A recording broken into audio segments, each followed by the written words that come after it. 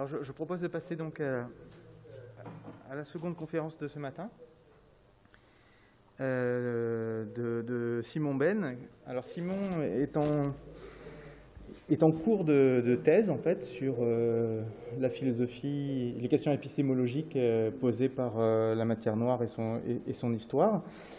Et Simon vient au départ d'un cursus de physique et suite à sa licence de physique, donc il a décidé de s'interroger sur les questions de philosophie et d'histoire de sa discipline, et donc il est passé en master de philosophie des sciences à Bordeaux. Et donc il vient avec cette double compétence en philosophie et en physique pour interroger donc les questions épistémologiques liées à la matière noire. Et je lui laisse tout de suite la parole. Merci Timothée pour cette assistance. Merci Jérémy pour cette introduction. Merci Julien pour cette introduction. En effet, comme je le disais, je fais une thèse interdisciplinaire entre physique et philosophie. Donc mon sujet de physique est, Albert Mosma vient d'en parler, la matière noire. Mon sujet de philosophie s'oriente sur l'observation scientifique et sur la question du réalisme scientifique, dont on parlera tout à l'heure, cet après-midi plutôt. Et aujourd'hui, j'aimerais discuter du statut épistémique de la matière noire pour en arriver à la question de l'observabilité de la matière noire. Et pour introduire ce sujet, je vais emprunter une analogie qui a déjà été faite par plusieurs, l'analogie avec la découverte de Neptune. Pourquoi analogie? Parce que comme pour la matière noire, on aurait accès à sa présence. Ça marche pas sur Zoom.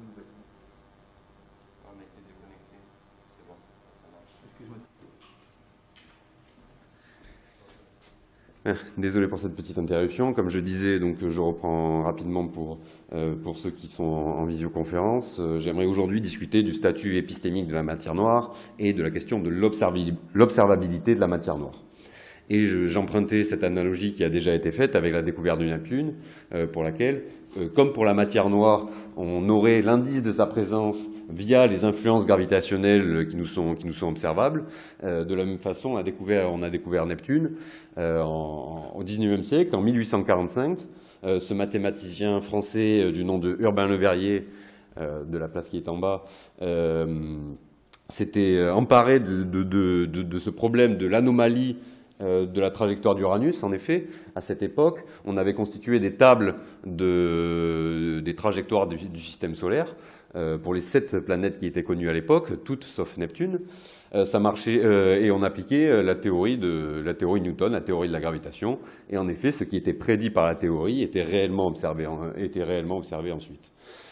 Ça marche remarquablement bien avec les phénomènes terrestres, avec les phénomènes célestes, avec toutes les planètes, sauf pour la trajectoire d'Uranus, où on observe une petite divergence entre ce qui est prédit par la théorie et ce qui est réellement observé. Une divergence entre prédiction théorique et observation qu'on appelle anomalie gravitationnelle. Et Le Verrier, lui, comme d'autres, est convaincu que cette anomalie, cette perturbation est provoquée par la présence d'une planète derrière Uranus qui provoque ces perturbations, qui perturbent la trajectoire d'Uranus. Et donc, après un très gros travail calculatoire, un très gros travail mathématique, il localise la source de cette influence gravitationnelle sur la trajectoire de Mercure. Selon la façon dont est perturbée la trajectoire d'Uranus, il localise la zone où devrait se trouver cette masse qui provoque ces perturbations. Il envoie ses résultats aux astronomes européens, et le soir même où cet astronome allemand du nom de Johannes Gall reçoit la lettre par Le Verrier qui indique la position vers laquelle il doit pointer son télescope pour découvrir cette nouvelle planète, la planète perturbante qui est attendue par la communauté astronome d'Europe. Et en effet, il observe cette nouvelle planète. C'est comme ça qu'on découvre la 8e et dernière planète du système solaire, Neptune. Et j'aimerais relever ici l'importance du contexte scientifique, du contexte de connaissance, on dira du contexte épistémique. Ce contexte épistémique, quel est-il? Cela fait certes des millénaires qu'on connaît les 6 premières planètes du système solaire, puisqu'elles sont facilement visibles à l'œil nu. Ce qui n'était pas le cas d'Uranus, qui vient juste d'observer quelques décennies auparavant, en 1781, par William Herschel. Et en fait, on se rend compte que la communauté européenne était face à cette anomalie qu'il fallait résoudre. Et les astronomes européens, Le Verrier en l'occurrence, l'a résolu avec le seul outil dont il disposait, à savoir la théorie de la gravitation de Newton, vers l'hypothèse la plus évidente, une nouvelle planète. Et en fait, c'est ce contexte épistémique qui a servi à la découverte et même qui menait inévitablement à sa découverte. J'en tiens pour preuve que de l'autre côté de la Manche, un jeune astronome anglais du nom de John Couch Adams avait lui aussi, par la même méthodologie que le Verrier, déterminé la zone à peu près où devrait se situer la planète perturbante. Malheureusement pour eux, il n'avait pas été écouté par ses collègues et la découverte en est revenue au français Le Verrier. Donc le contexte épistémique, donc je viens de relever l'importance du contexte épistémique pour la découverte, mais aussi pour l'observation en elle-même, la perception de l'objet Neptune, par, en l'occurrence, cet Allemand Johannes Gall. Imaginons ce que voit Gall en ce jour de 1846, une faible lueur dans l'oculaire de son télescope, une faible tache lumineuse qui pourrait s'apparenter à toutes les autres étoiles qui se trouvent autour d'elle. Et c'est son contexte épistémique qui lui permet de l'avoir comme étant une découverte. Quel est-il? Tout d'abord, il y a le guidage théorique apporté par Le Verrier, c'est-à-dire le travail calculatoire de Le Verrier qui lui dit la source d'influence gravitationnelle qui perturberait la trajectoire d'Uranus devrait se trouver ici, cet élément-là. Et un autre important que j'aimerais relever, c'est qu'à l'université de Berlin, il disposait d'une carte céleste qui répertoriait toutes les étoiles qui étaient connues à l'époque. Et Gall donc projette l'observation de Neptune dans le ciel sur sa carte qui illustre finalement très bien le contexte épistémique, le contexte de connaissance. Et il se rend compte que Neptune ne correspond pas à une étoile qui est connue et qu'elle ne saurait être... Enfin, la convergence du travail, du guidage théorique apporté par Le Verrier et de la projection de son observation sur son contexte épistémique sur la carte céleste ne fait plus de doute, il vient de découvrir une nouvelle planète. Et on remarquera que s'il n'avait... l'importance de ce contexte épistémique, puisque on sait maintenant que Neptune avait été observé auparavant par Galilée, mais celui-ci ne l'avait pris pour une simple étoile. Il n'y avait pas tout ce contexte épistémique qui le poussait à percevoir cette tache lumineuse non pas comme une étoile, mais comme une planète du système solaire. Et donc je faisais l'analogie avec la découverte de Neptune, entre la découverte de Neptune et la matière noire, pour laquelle on attribue communément sa découverte, ou du moins la découverte des premiers indices, les premiers indices indicateurs de la présence de matière noire à cet astronome suisse, Fritz Zwicky, dont Albert Bosma vient de parler. Et le contexte épistémique de Zwicky, quel est-il? Ce n'est pas lui qui invente cette idée de matière noire. Cette idée de matière noire est présente depuis un moment. On pourrait remonter à Pierre-Simon de Laplace ou cet astronome anglais Mitchell qui cherchait à découvrir des astres obscurs, des astres noirs, des dark stars. Mais arrêtons-nous tout simplement au début du XXe siècle avec Lord Kelvin, qui disait dans son article: beaucoup de nos étoiles peut-être une grande majorité d'entre elles peuvent être des corps sombres, dark bodies dans le texte. Poincaré, parlant justement des travaux de Kelvin, emploiera ce terme de matière sombre. C'est ce terme qui sera repris par Zwicky en 1933 en allemand, Dunkelmaterie. Et donc cette idée de matière sombre qui peut occuper l'espace, qui peut occuper largement l'espace, est déjà présente dans ce contexte épistémique. Et Zwicky, en parallèle de ça, vient d'être séduit par le modèle d'univers proposé par Einstein et De Sitter, un modèle d'univers plat. Et pour obtenir une courbure d'univers plate, il lui faut une certaine densité.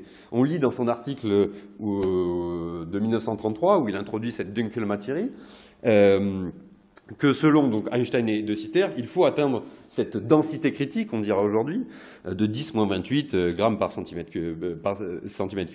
Mais selon nos observations lumineuses de self-luminous matter, cette densité ne correspond pas à la densité critique, elle est beaucoup plus faible. Et c'est selon lui possible que la matière lumineuse plus, il emploie le terme de dark cold matter, c'est traduit en anglais ici, qui peut correspondre à cette divergence entre la densité critique qui est censée naître du modèle théorique d'Einstein et de Sitter et la densité qui est portée par la matière lumineuse. Et là encore, finalement, ce n'est pas comme on le présente, je ne pense pas qu'on peut le présenter comme une hypothèse auxiliaire, en fait, cette introduction à l'entité matière noire. Mais c'est finalement l'hypothèse la plus cohérente de son contexte épistémique. Il avait cette perspective quand il fait en 1933, quand il observe l'amas de coma, je ne reviens pas dessus, Albert vient d'en parler, mais il avait cette perspective d'aller observer la manifestation de la présence de matière noire pour atteindre justement cette densité critique.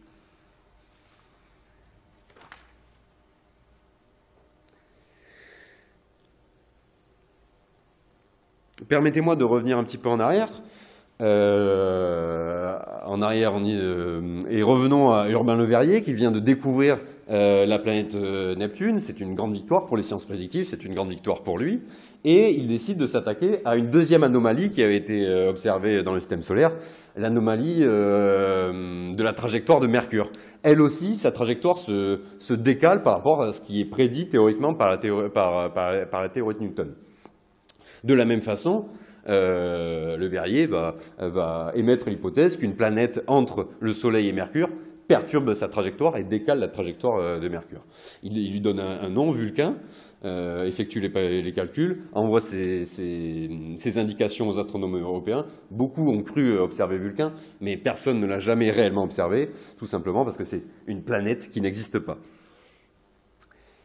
Et ici, cet exemple illustre très bien la conception des sciences du philosophe et historien des sciences Thomas Kuhn, qui nous dit que la pratique scientifique se fait sous l'autorité d'un paradigme, c'est-à-dire un ensemble de théories communément adoptées par la communauté, sous laquelle se fait la pratique scientifique, jusqu'à rencontrer une anomalie, comme pour Uranus ou pour Mercure, et là, deux alternatives sont possibles.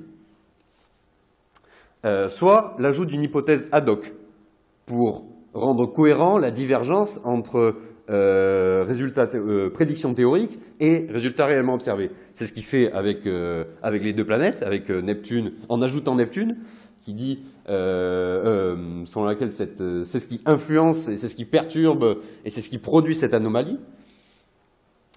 Et c'est ce qui fera avec Vulcain,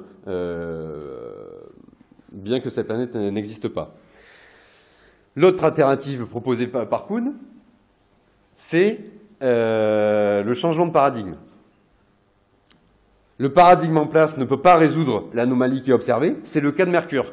La théorie Newton ne peut pas expliquer l'anomalie de la trajectoire de Mercure. En effet, les calculs de Le Verrier étaient bons. Le problème ne venait pas de là. Le problème venait de la théorie qui est utilisée. La théorie de Newton ne peut pas expliquer la gravitation, n'est pas assez précise pour expliquer la gravitation si près du Soleil. Il faudra attendre la relativité générale d'Einstein quelques décennies plus tard, qui décrit la gravitation comme s'il y a une très grosse masse comme le Soleil, celle-ci va courber l'espace-temps qui est autour d'elle, et donc la trajectoire de Mercure va suivre cette courbure, cette perturbation-là. Et c'est la seconde alternative proposée par Kuhn, le changement de paradigme, le changement de théorie, pour expliquer l'anomalie.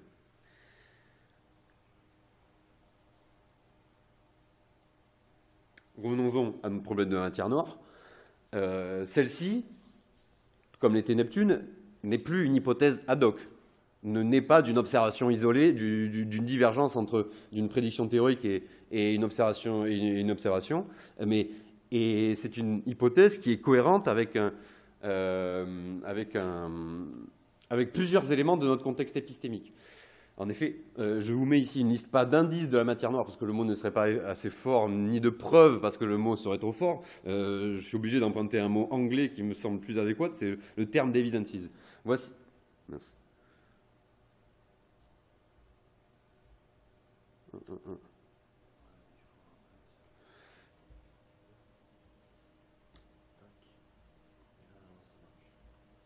Ok, voici une liste d'evidences qu'on pourrait faire. Et on voit que celle-ci s'exprime à plusieurs échelles, à l'échelle galactique. Albert Moissat vient d'en parler, de la mécanique de rotation des galactiques. De l'observation du fond diffus cosmologique est né plusieurs evidences, regroupées à l'échelle cosmologique de l'univers primordial ici. Et on trouve des evidences aussi à l'échelle des amas. On y reviendra. En fait, l'astrophysique et la cosmologie nous confrontent à de nombreuses observations où se manifesterait la matière noire. Et l'évolution du contexte épistémique impliquant l'introduction de cette seule entité, la matière noire, est finalement parcimonieuse par rapport à tout ce que permet d'expliquer, par rapport à toutes les anomalies qu'elle permet de résoudre. Par une seule et même hypothèse, on décrit plusieurs phénomènes différents, ce qui en fait finalement un puissant élément de cohérence de notre contexte de connaissance, de notre contexte épistémique. Je dirais que la matière noire établit des connexions positives avec ces différents modèles théoriques, descriptions théoriques. Que faut-il entendre par connexion positive? En fait, il faut rechercher des connexions interindépendantes entre les éléments de croyance. Or, la matière noire est finalement un élément central de connexion positive dans notre système de croyance cosmologique et astrophysique, puisqu'elle relie différents éléments de notre contexte épistémique, je le disais, la mécanique galactique, la thermodynamique des nuages de gaz, l'équivalence énergie potentielle et énergie cinétique dans les amas, ce que disait Fritz Zwicky, le cisaillement gravitationnel décrit par la relativité générale d'Einstein, la nucléosynthèse primordiale, la formation des structures, des evidences nées de l'observation du fond diffus cosmologique, etc. Il y a une forte cohérence donc. Une convergence, donc une forte cohérence due au fait que toutes ces evidences convergent vers la présence de matière noire, mais en plus convergent vers la présence de la matière noire dans les mêmes proportions. Il semblerait qu'il y ait 5 fois plus de matière noire que de matière visible. Évidemment, il y a des connexions positives, ces connexions positives qui sont plus épaisses que d'autres. Je pense que les evidences à l'échelle des amas établissent des connexions positives qui sont, je dirais, épaisses, parce que c'est des arguments très convaincants, j'en parlerai. Il y a des connexions positives plus fines, je pense aux simulations numériques, par exemple. L'épistémologue Stéphanie Ruffi parlait à propos des simulations numériques cosmologiques. Ces simulations nous délivrent des histoires réalistes, plausibles au sujet de ces processus ou phénomènes. Donc ces simulations numériques, on le sait, ne peuvent pas être considérées comme des preuves déterminantes dans l'adoption de notre modèle cosmologique impliquant la matière noire. Finalement, elles corroborent faiblement le modèle en le rendant plausible. Et donc ce sont ces connexions positives qui s'établissent entre nos différents éléments épistémiques qui tissent notre contexte épistémique, incluant la matière noire. Donc, je vous parle de notre contexte épistémique, je vous parle de connexions positives. J'ai besoin, pour relier tout ça, d'un troisième concept qui est l'investigation empirique. En fait, on voit que cet accès à la matière noire est finalement un processus itératif, puisqu'on y accède à plusieurs échelles, on y a accédé depuis le début du XXe siècle, et cela de différentes façons. Et c'est pourquoi il ne faudrait pas attendre particulièrement une observation locale de la matière noire, une observation isolée pour qu'elle soit décisive, mais vraiment s'appuyer sur cette investigation empirique et qui s'articule et qui est soutenue par différents modèles théoriques, et qui traite différents objets, que ce soit l'univers primordial, les galaxies ou les amas de galaxies.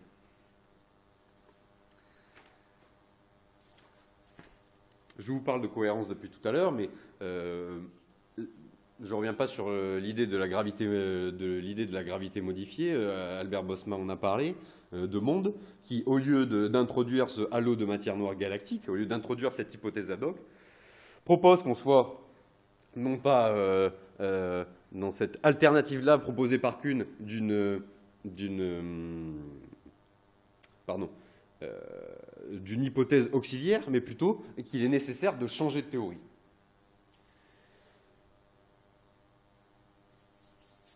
J'insiste juste un instant sur l'argument sur lequel s'appuient les partisans d'une théorie en gravité modifiée pour la préférer à une matière noire. C'est l'argument qui s'appuie sur un critère relevé par le philosophe des sciences Karl Popper pour distinguer les sciences des pseudosciences.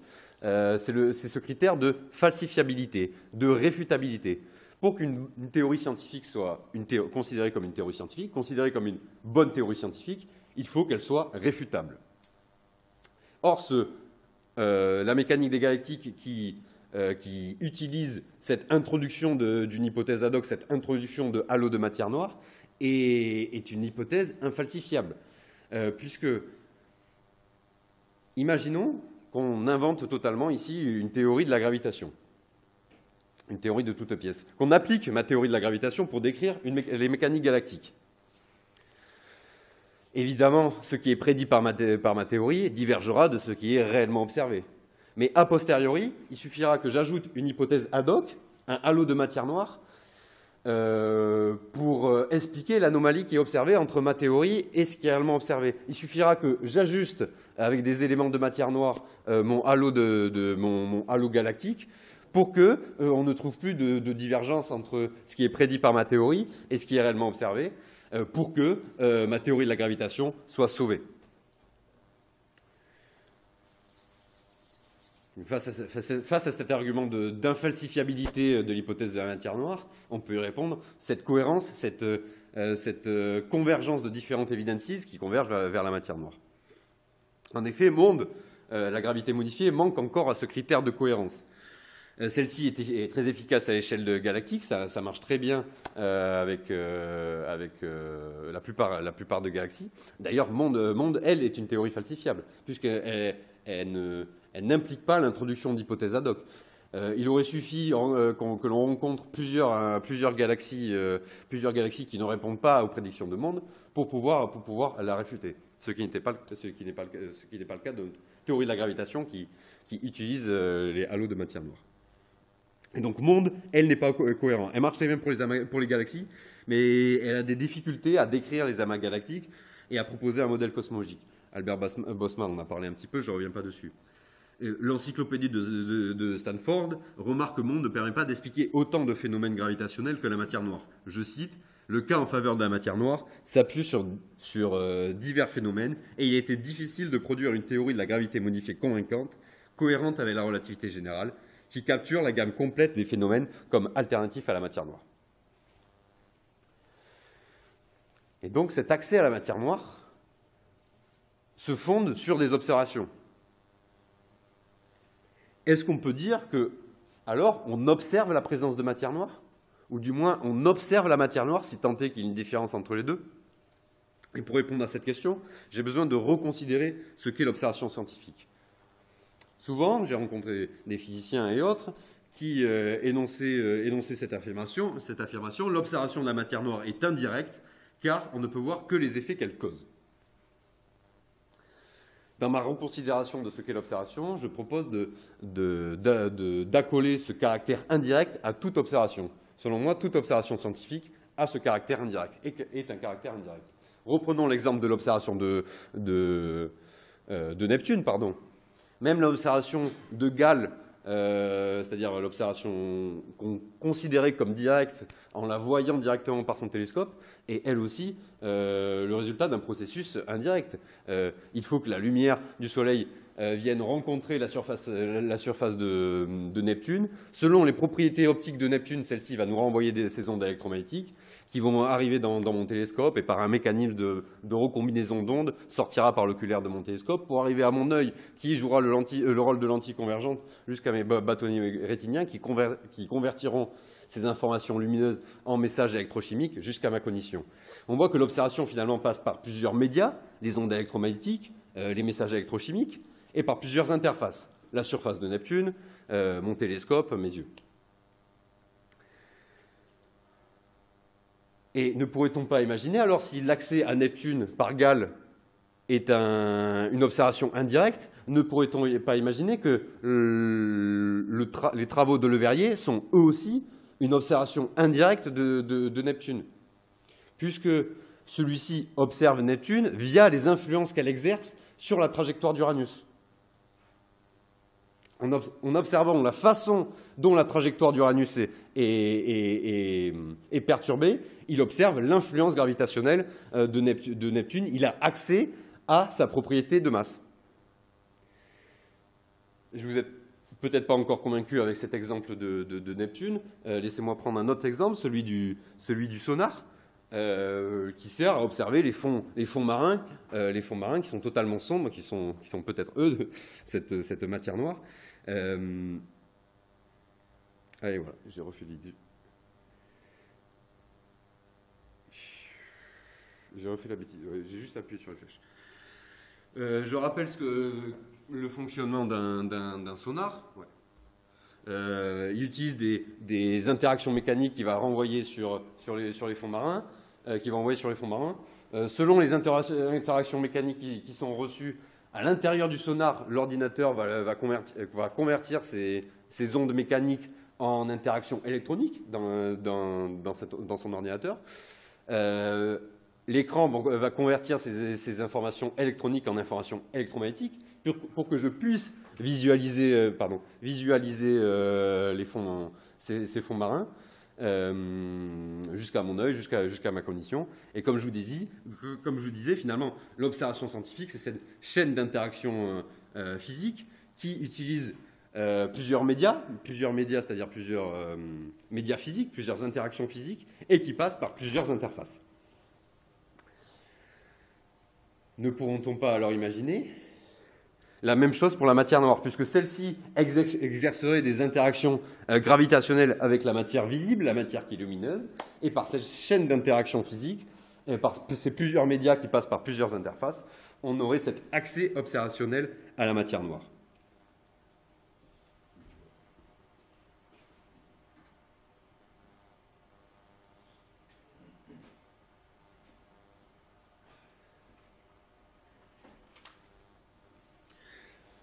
Oui, mais il y a un problème. Il y a un problème dans ce raisonnement.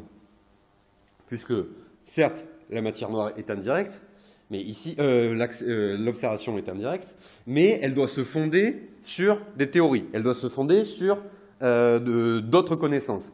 La connaissance des interactions mécaniques, et du fonctionnement du sonar pour l'observation du haut, et la connaissance de la nature des interactions gravitationnelles, de la nature de la gravitation, tout simplement. Cette observation de la matière noire s'appuie sur notre théorie de la gravitation. Or, on a vu qu'avec notre exemple de Mercure, une théorie de la gravitation peut avoir un domaine d'applicabilité limité. La théorie de Newton ne pouvait pas expliquer, n'était pas efficace pour prédire la trajectoire de Mercure. Comment alors être sûr de notre accès observationnel si on ne peut pas être sûr de notre théorie de la gravitation? Je pense que la solution est de emprunter plusieurs chemins, plusieurs accès observationnels qui se fondent sur des théories indépendantes. Prenons l'exemple de l'observation Neptune. Celle-ci a été corroborée par 2 observations indirectes. La première, on a eu un premier accès observationnel avec Le Verrier via ses interactions gravitationnelles qu'il a exercées sur Uranus. Puis il y a eu une deuxième observation corroborante, celle de Gale, via interaction lumineuse sans passer par Uranus. Et il aurait été improbable que ces 2 observations convergent par erreur vers l'existence de cette planète. Le cas de Vulcain, elle n'a pas été corroborée par une deuxième observation. Certes, il y a eu un premier accès observationnel hypothétique aux influences gravitationnelles de Vulcain, mais celle-ci n'a pas été corroborée par une observation indépendante. Essayons d'appliquer cette méthode, cette solution à la matière noire, en particulier aux amas de galaxies, aux evidences de la matière noire dans les amas de galaxies, parce que l'indépendance des accès observationnels apparaît clairement. Prenons-en 2 au hasard. Donc on cherche à accéder à la propriété de masse de l'amas. Un premier accès observationnel possible est en observant le rayonnement énergétique des gaz dans les amas de galaxies. En observant l'intensité de ce rayonnement énergétique, ce rayonnement énergétique en fait, relève de la température de l'amas. La température de l'amas relève de la densité de l'amas. La densité de l'amas relève de la répartition en masse de l'amas. Donc en observant le rayonnement énergétique des amas de galaxies, on a accès à la masse de l'amas. Et là encore, le rayonnement énergétique observé est trop important pour être causé seulement par la matière lumineuse qui porterait une trop faible masse pour causer ce trop fort rayonnement énergétique. Voilà pour un premier accès observationnel. Un second qui voit les amas de galaxies comme étant une lentille gravitationnelle. C'est un effet décrit par la relativité générale qui nous dit que un objet aussi lourd qu'un amas de galaxies va courber l'espace-temps, va courber les lignes d'espace autour de lui, et un rayon lumineux qui passera au voisinage de l'amas de galaxies verra sa trajectoire courbée. Et donc, on a accès, il suffit d'observer la courbure de ces rayons lumineux pour avoir accès à la courbure de l'espace-temps, pour avoir accès à la propriété de masse de l'amas. Là encore, les courbures observées sont trop importantes pour être causées seulement par la matière visible. Il est nécessaire d'introduire cette matière noire dans les mêmes proportions. Et donc, pour reprendre nos types de schémas de tout à l'heure, en ayant accès à la température ou à l'énergie cinétique, comme avait fait Zwicky, et en s'appuyant sur les théorèmes thermodynamiques, on en arrive à la conclusion selon laquelle l'amas a une masse 5 fois supérieure à celle portée par la matière visible. Et si on accède à l'amas via ces taux de distorsion de l'espace-temps et qu'on s'appuie sur la théorie de la relativité générale, on en tire la même conclusion. Il serait alors incroyable, au premier sens du terme, que ces 2 accès observationnels indépendants produisent la même conclusion, et cela par erreur. C'est ce qu'on appelle l'argument de l'absence de miracle, ou l'argument de la coïncidence.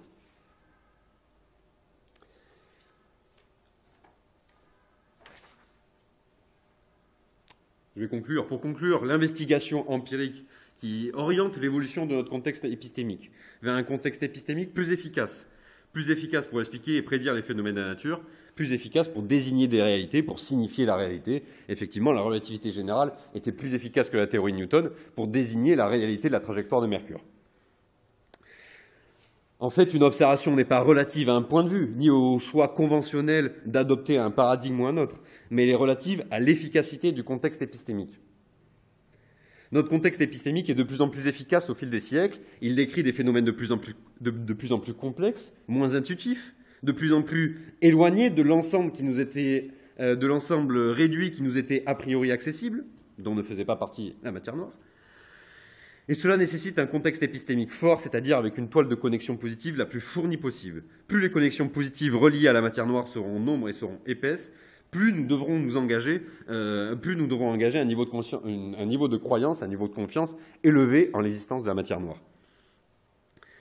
Cela peut se faire via la convergence des evidences indépendantes et corroborantes vers la présence de matière noire. Et si on adhère à notre approche de ce qu'est l'observation et à la convergence, si on adhère à notre conception de ce qu'est l'observation et à la convergence vers l'entité matière noire ici, la matière noire serait accessible, la matière noire serait observée. Ces engagements à propos du statut observationnel de la matière noire devraient se fonder sur la conviction que le contexte épistémique incluant la matière noire est le plus efficace qui nous est disponible aujourd'hui. Or, les théories de la gravité modifiée, se présentant comme alternatives à la matière noire, ont de vrais arguments à faire valoir. Et voici quelle serait la vraie problématique de la masse manquante dans l'univers. Le contexte épistémique incluant l'objet matière noire est-il plus efficace que celui modifiant notre théorie de la gravité? Je vous remercie.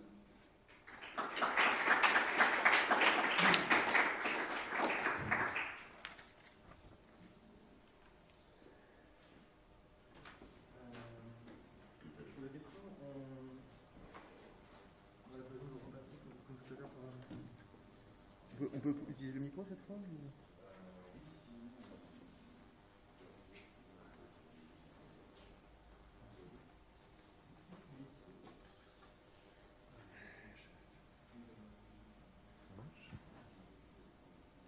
Allô?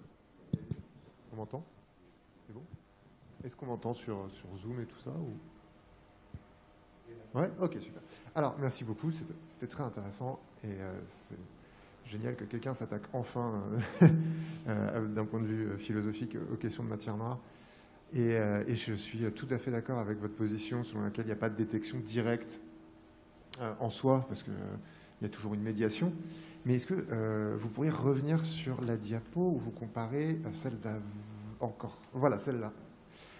Vous comparez du coup la détection de Neptune et l'échec de Vulcain. Parce que quand on regarde le diagramme, le schéma du haut, on a quand même l'impression que la détection via le télescope optique est plus directe, même si elle n'est pas complètement directe, mais qu'elle est plus directe que la détection via les perturbations de l'orbite d'Uranus, puisqu'il n'y a qu'un seul processus physique qui est utilisé comme médiation. Dans ce cas-là, c'est l'interaction lumineuse, tandis que via les perturbations d'Uranus, il y a deux processus physiques différents qui sont employés, l'interaction gravitationnelle et l'interaction lumineuse. J'imagine que vous avez déjà réfléchi à ces questions, et donc quelle serait votre réponse? Vous me dites, oui, il y a quand même des choses, des détections qui sont plus directes que... Oui, bien sûr. Toutes les observations sont indirectes, mais il y en a qui sont plus indirectes que d'autres, en tout cas qui passent par moins de médias et moins d'interfaces. Et effectivement, je disais que quand je parlais d'observation locale qui est attendue par la communauté physicienne, comme elle était attendue pour accepter l'existence du boson de Higgs, il fallait l'observer de manière peu indirecte, assez directe, en laboratoire, avec un accélérateur de particules. Et c'est ce qui est attendu aujourd'hui pour la matière noire. Et j'aimerais relativiser cette attente, en fait. Et plutôt que de parler d'observation décisive, mais plutôt de parler d'investigation empirique et de toutes ces evidences qui convergent. Et ces evidences sont plus ou moins convaincante. Certes, l'observation d'une particule de matière noire, d'un WIMP dans un accélérateur de particules sera très corroborant, et là, ce sera une connexion, pour le coup, très épaisse et très indépendante des objets cosmologiques, enfin des evidences quand on observe les objets cosmologiques, et aussi très directe, ou peu indirecte plutôt.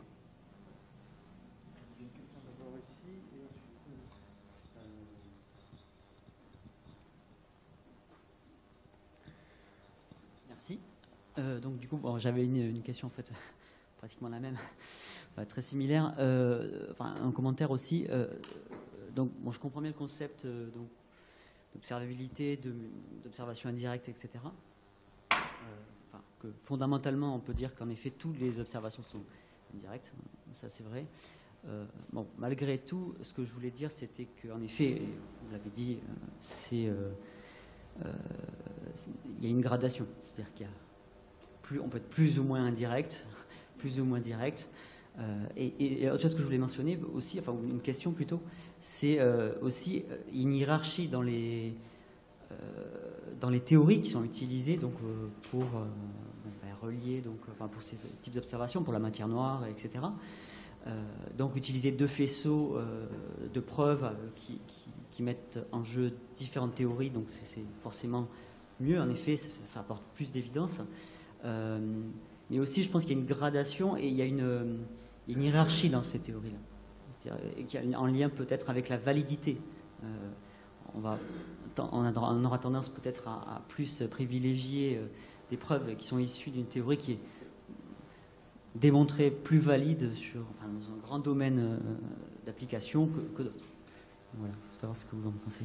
Mais oui, mais c'est-à-dire comment savoir que le théorème du Viriel ne peut pas à un domaine d'applicabilité qui ne va pas jusqu'aux amas de galaxies, et comment savoir que la relativité générale a un domaine d'applicabilité qui ne va pas jusqu'aux amas de galaxies. À ce niveau-là, je ne vois pas comment on peut faire de hiérarchie. On peut le faire en physique des particules, par exemple. On peut le faire. Savoir quelle énergie, en théorie, est valable. Ok.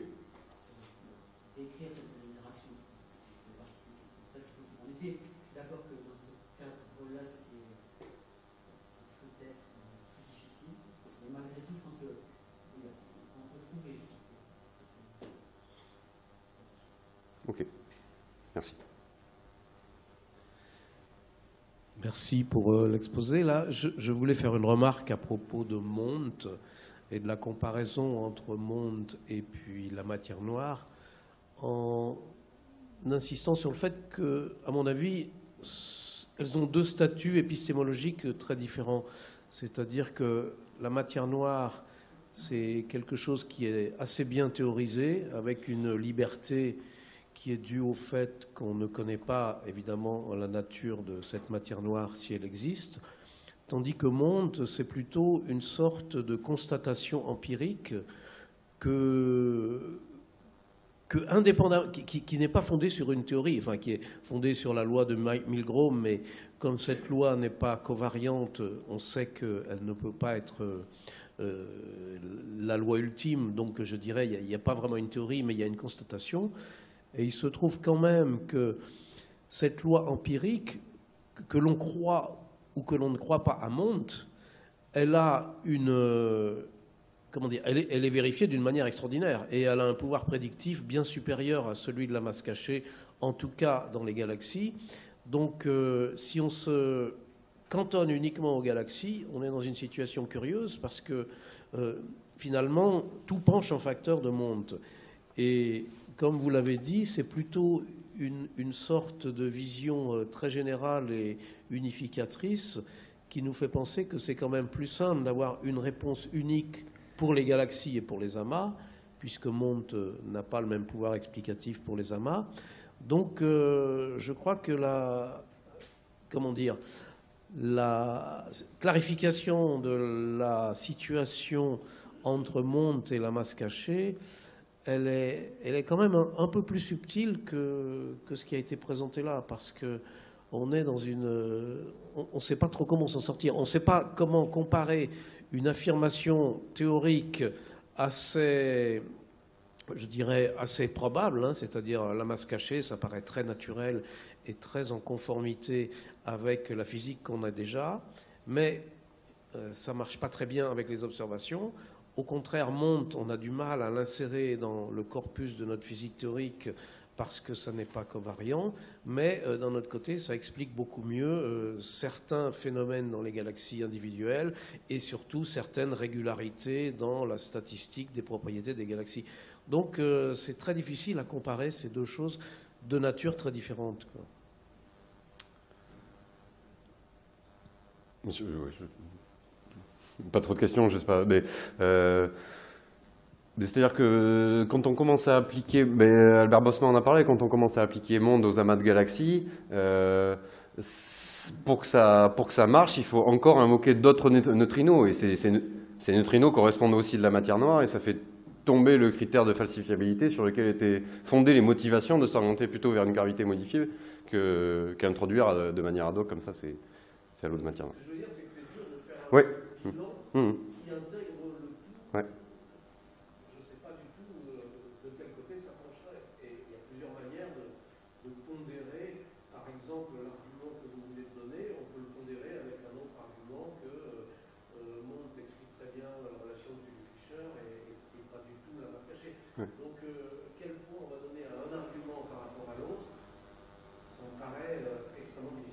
fait. Je crois que Gauvin, tu parleras de ça, finalement, des adéquations empiriques entre deux différentes théories. Très rapidement, pas spécifiquement sur la matière. Ok, d'accord. Il y a ce problème-là qui est très bien expliqué dans un article de Michela Massini en 2018 qui montre que, comme vous dites tout à l'heure, les arguments en fait, de monde et de la matière noire ne se passent pas aux mêmes échelles, aussi tout simplement spatiales. Et du coup, c'est ce qui rend très difficile leur comparaison. Leur comparaison, Le fait de les trancher un peu juste par des observations. Ok, merci. Moi, je voudrais un peu élaborer, mais sur une autre facette du problème, c'est que pour juger la richesse des deux contextes épistémiques qui expliqueraient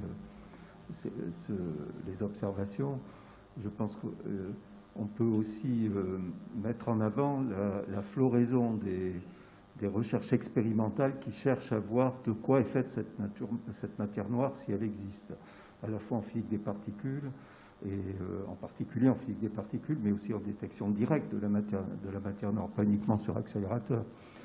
Et donc on est un peu dans la même situation. Donc en fait, on a une explication qui suscite plein de projets expérimentaux.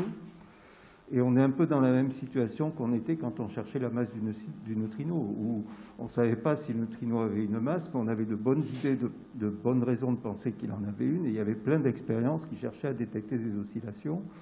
Finalement, celles qui les ont trouvées pour les premières n'étaient pas celles qui étaient prévues à l'origine. C'était donc ces observations du sol. Donc on est un peu dans la même situation. Il est un peu trop tôt pour dire que, en fait, on n'a pas d'évidence expérimentale de la matière noire. Elle peut venir. Elle ne sait pas d'où elle va venir, mais il se peut qu'elle vienne dans les années ou les décennies à venir.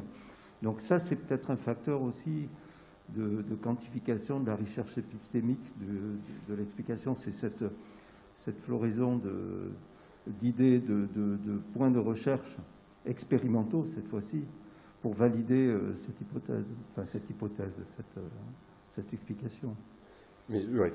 Je ne suis pas sûr que la théorie modifiée ait cette richesse-là, parce que, comme on a dit, c'est quelque chose un peu ad hoc, que la formule est modifiée, et ça, avec un champ de validation réduit. Peut-être, ouais, je vous en prie.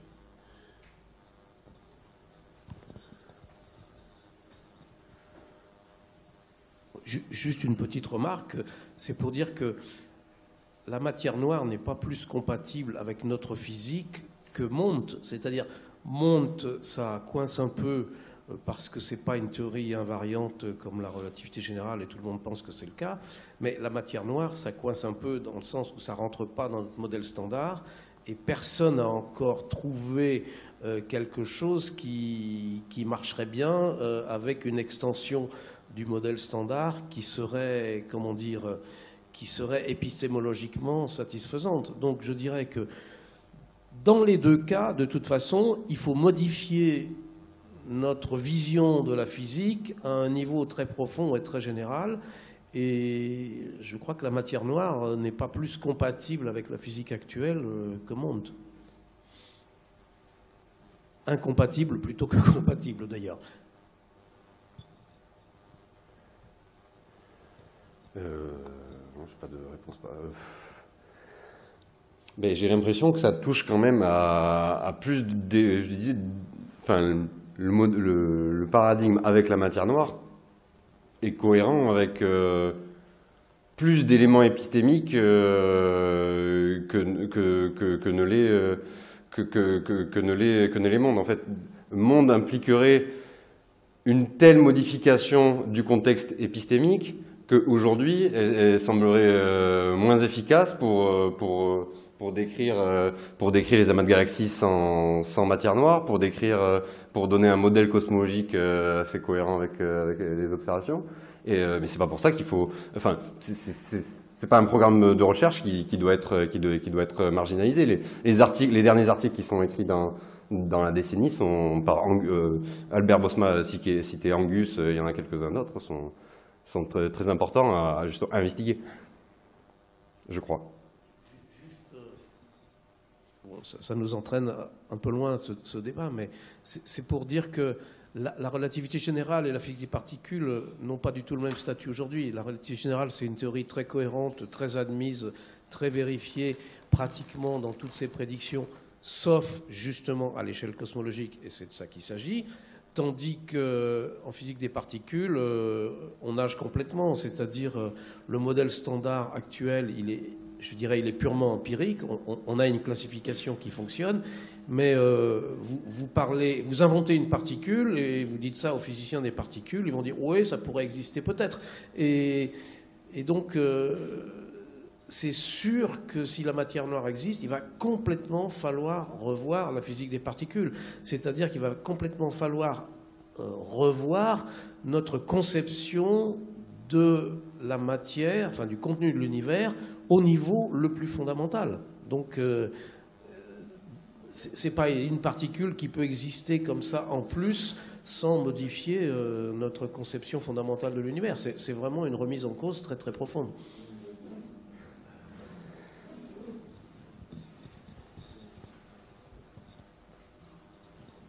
Oui, concernant le modèle standard des particules, tout le monde est convaincu qu'il n'est pas complet, mais je ne pense pas qu'on puisse dire qu'il est empirique. Bon, il repose sur un certain nombre de principes assez bien définis.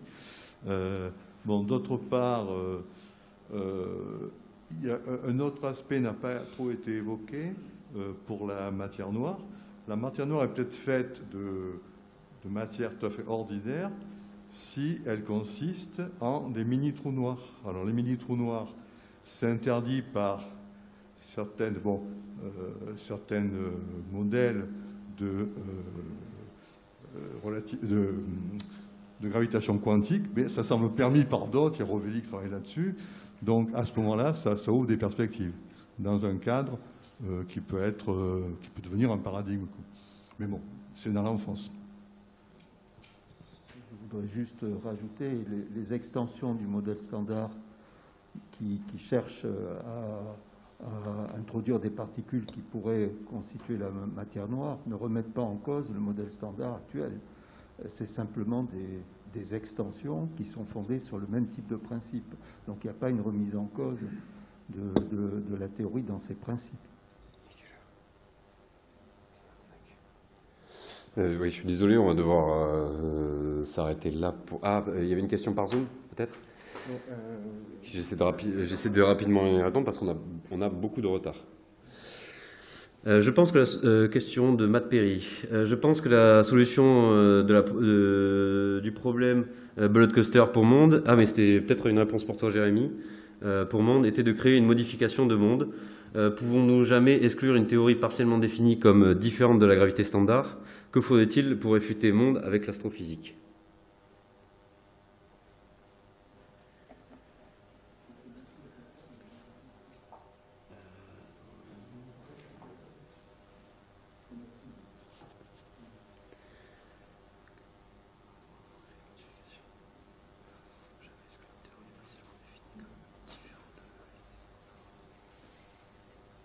Je suis désolé, je ne suis pas assez qualifié pour répondre à ces questions.